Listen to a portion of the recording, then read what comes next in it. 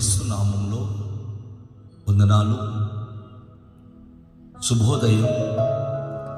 యేసయ్య మాట వినుటకు ఉదయకాశంలో ప్రేమతో నేను మిమ్మల్ని ఆహ్వానిస్తున్నాను.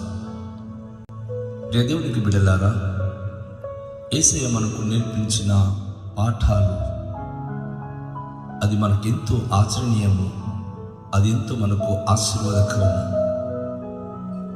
మనం ఎలా ప్రార్థించి ప్రభు యొద్ద నుంచి దీవెన పొందాలో మత్తయి సువార్త 6వ అధ్యాయంలో 9 నుండి 13 వచనాలలో ప్రభు నేర్పించిన ఆ ప్రార్థన మనం ధ్యానిస్తున్నాం. 13వ వచనాన్ని ఈరోజు మనము ధ్యానించినప్పుడు, శోధనలోనికి మమ్మను తీయక దుష్టుని నుండి తప్పించుము అనే మాట ప్రభు మనకు నేర్పించి ఉన్నారు. ఎందుకు ఈ పదము యేసు ప్రభు మనకు నేర్పించాల్సి వచ్చింది అంటే, దేవుని యొక్క సృష్టి క్రమంలో చిచ్చు పెట్టిన వాడు దుష్టుడు. దేవుని పైన అపార నమ్మకంతో ఒక అద్భుతమైనటువంటి జీవితం జీవించిన ఆదము హవ్వలను దేవుని సహవాసం నుంచి బయటికి నెట్టింది అపవాది అయిన సాతానుడు. వాడు దుష్టుడు. వాని గురించి ఆరంభం నుంచి దేవునికి తెలుసు. వాడు ప్రజలను మోసగిస్తూ, ప్రజల జీవితాల్లో కీడును నెట్టుతూ, అనేక విషయాలు ప్రజల జీవితానికి దుర్భరము చేసి వారి బ్రతుకులను దురావస్థ పాలు చేయగలిగిన వాడు. దేవుడు తన ప్రజలకు ఇలా ప్రార్థన నేర్పిస్తూ, శోధనలోనికి మమ్మను తేక దుష్టుని చేతి నుంచి మమ్మను తప్పించుము అని మీరు తండ్రిన దేవునికి అడగాలని తెలియజేశారు. శోధకుడు సాతానుడు, బోధకుడు ప్రభువైన యేసు. శోధకుడైన సాతానుడు సమస్యలు పెడతాడు, బోధకుడైన యేసు ప్రభువారు సహాయం చేస్తాడు. శోధకుడైన సాతానుడు మోసపరిచే విధానము, ప్రజలకు ఏదైతే ఇష్టమో దానిని తీసుకొచ్చి మోసపూరితమైన మాటలతో వారికి శోధనలు నెట్టివేస్తాడు. కానీ యేసయ్య బోధించి ఎలా ఉండాలో ఎలా ఉండకూడదో హెచ్చరిస్తాడు. కనుక శోధన అనేటటువంటిది మనిషికి ఎప్పుడు వస్తుందంటే, అపవాది సాతానుడు చెప్పే మాటలు వినుట ద్వారా శోధనలో పడిపోతాం. యాకోబు అనే ఒక భక్తుడు అంటున్నాడు, దురాశ గర్భము ధరించి పాపము కనగా పాపము పరిపక్వమై మరణము కంటుంది. ఒక వ్యక్తి దురాశతో జీవించినప్పుడు శోధనలోనికి నెట్టివేయబడతాడు, సమస్యలోనికి వెళ్ళి చిక్కిపోతాడు. ప్రభువైన యేసు మమ్మల్ని శోధనకి తేవద్దు అని మీరు ప్రార్థన చేయండి అని నేర్పించాడు. మానవుడు సాధారణంగా తన జీవిత శైలి సంతోషభరితంగా ఉండాలంటే ఏ పరిస్థితుల్లో ఎలా ఉన్నా స్వార్థపూరితమైన జీవితానికి తను ఎంతో వేగిరగా ముందుకు సాగిపోతూ తన ఇష్టమైనటువంటి రీతిగా జీవించడానికి ప్రయత్నిస్తాడు. దాని ద్వారా సాతానికి ఈజీగా వశమైపోయి, సాతాను మాటలకు లోబడిపోయి కీడులో పడిపోతాడు. కనుక యేసు ప్రభువారు శోధనలోనికి ఫస్ట్ మనం రాకూడదు అని మీరు ప్రార్థించండి. ఎందుకంటే శోధకుడు రాత్రి పగలు తిరుగుతున్నాడు. ఎవరి జీవితాన్ని ఏ విధంగా నష్టము చేయాలి, యవనస్తులేమి, స్త్రీలు, పురుషులు, పెద్దలు, కుటుంబము, ప్రతి ఒక్కరికి వయస్సు తారతమ్యం లేకుండా అందరినీ వాడు కీడులో ముంచడానికి ప్రయత్నిస్తున్నాడు. పేతురు అనే భక్తుడు అంటాడు, నిబ్బరమైన బుద్ధి కలిగి మెలకుగా ఉండుడి, మీ విరుద్ధి అయిన అపవాది అయిన సైతానుడు అంటే దుష్టుడు ఎవని మృంగుదునా అని చెప్పి ఆయన వెతుకుతూ తిరుగుతా ఉన్నాడని.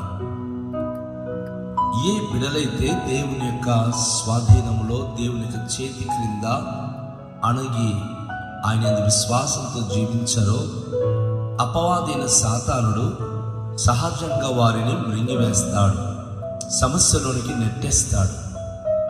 చాలాసార్లు అలా సమస్యలోనికి నెట్టివేయబడిన బిడ్డలు ఎన్నో బాధపడుతూ, ఎన్నో వేదనలతో వారు కుమిలిపోతూ ఉంటున్నారు.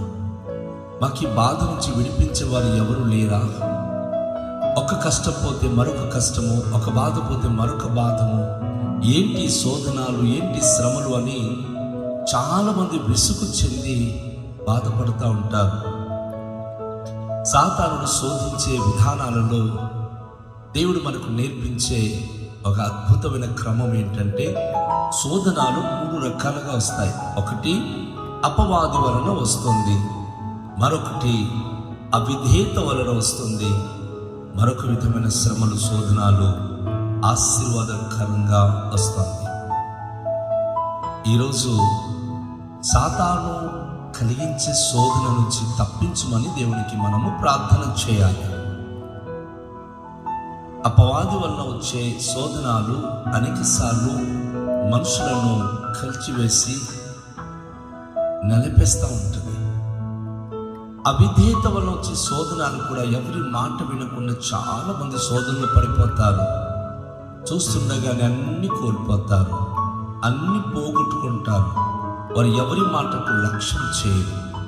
కానీ ఆశీర్వాదకరంగా వచ్చే ఆ శోధన దేవుని మాటలకు లోబడి, ప్రభువా నన్ను శోధన నుంచి తప్పించు అని ప్రార్థన చేస్తున్నప్పటికీ శోధనకు గనుక ఒకవేళ మన మీదకి వస్తుందంటే ఆ శోధన ప్రభు మనకు ఆశీర్వాదకరంగా, దీవెనకరంగా మార్చివేస్తాడు. ఎందుకంటే ఆయనకి మనం భయభక్తి కలిగి, ఆయన మాట చొప్పున ఆయనకి విధేయత కలిగి జీవిస్తున్నాము గనుక దేవుడు ఖచ్చితంగా శోధన మనకు దీవెనగా మారుస్తాడు.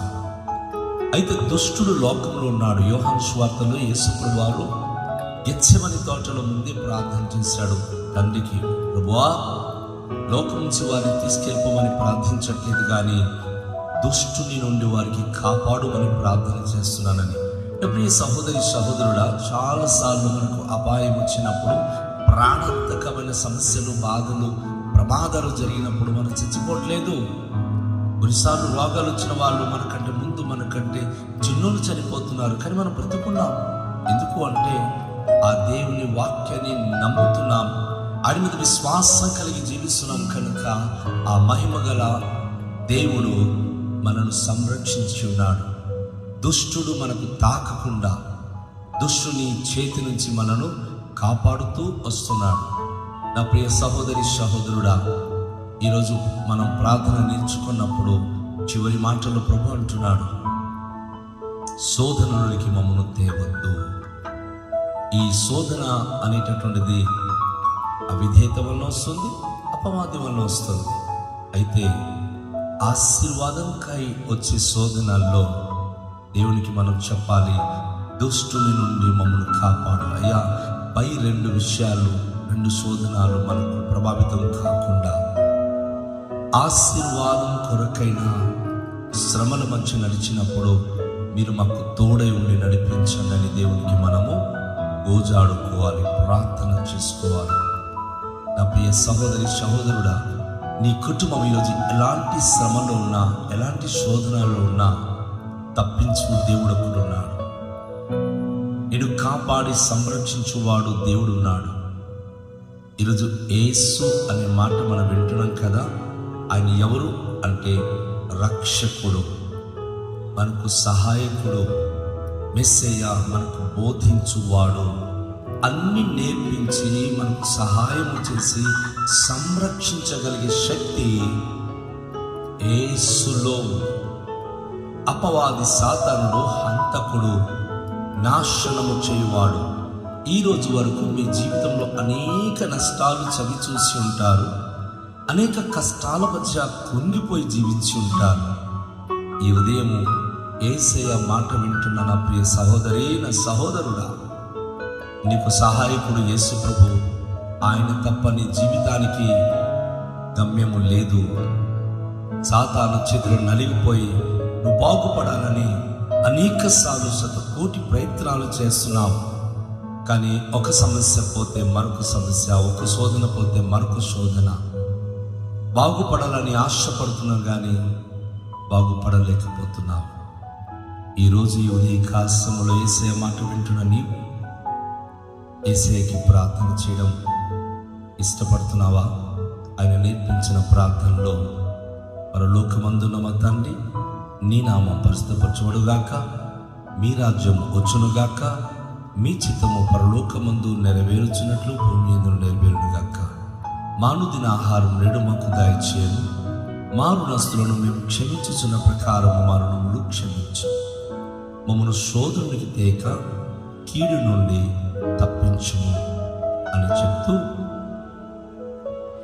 రాజ్యము, బలము, మహిమ, ప్రభావము యుగయుగములు నీవై ఉన్నవి.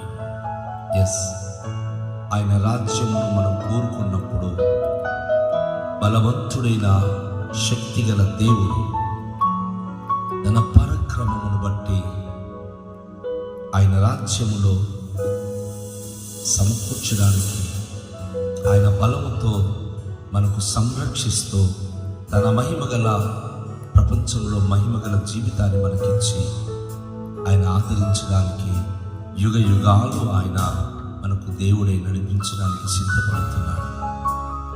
ఆయనకి మనం లోబడి ప్రార్థన చేద్దామా? ఆయనకి లోబడి మనం దేవునికి అడుగుదామా? ప్రార్థన చేద్దాం. మిక్కిలి దయగల పరలోకపు తండ్రి, మీ పరిశుద్ధ నామానికి వేలాది వందనాలు, స్తోత్రాలు. ఈ ఉదయకాల సమయంలో పరలోకపు ప్రార్థన నేర్పించిన మా యేసయ్యా మీకు వందనాలు. తండ్రిన దేవునితో మేము ఎలా సంబంధం కలిగి ఉండాలో, ఎటువంటి ప్రార్థన జీవితం కలిగి ఉండడం ద్వారా సాతాను చేతి నుంచి విడిపించబడి తండ్రిన దేవునికి సందులో స్థిరంగా జీవించగలము. మా అనుదిన ఆహారమును గురించి, మా కృతల గురించి తండ్రిన దేవుడిలో మాకు చక్కటి ప్రార్థన నేర్పించి మా జీవితంలో ఇంతగా మీరు కృప చూపిస్తున్నట్టు స్తుతిస్తున్నాము. ఉదయకాలంలో ఈ సందేశం వినని ప్రియులందరూ ప్రార్థించుచుండగా ప్రతి ఒక్కరిని దీవించి ప్రతి శోధన శ్రమలు దాటించి మీలో స్థిరపరచండి, బలపరచండి, మీ మహిమ కొరికి వాడుకునండి.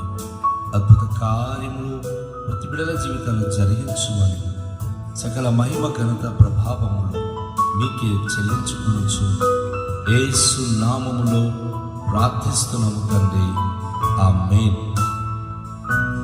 అందరికీ షాలోమ్. ప్రభు మిమ్మును దీవించును గాక.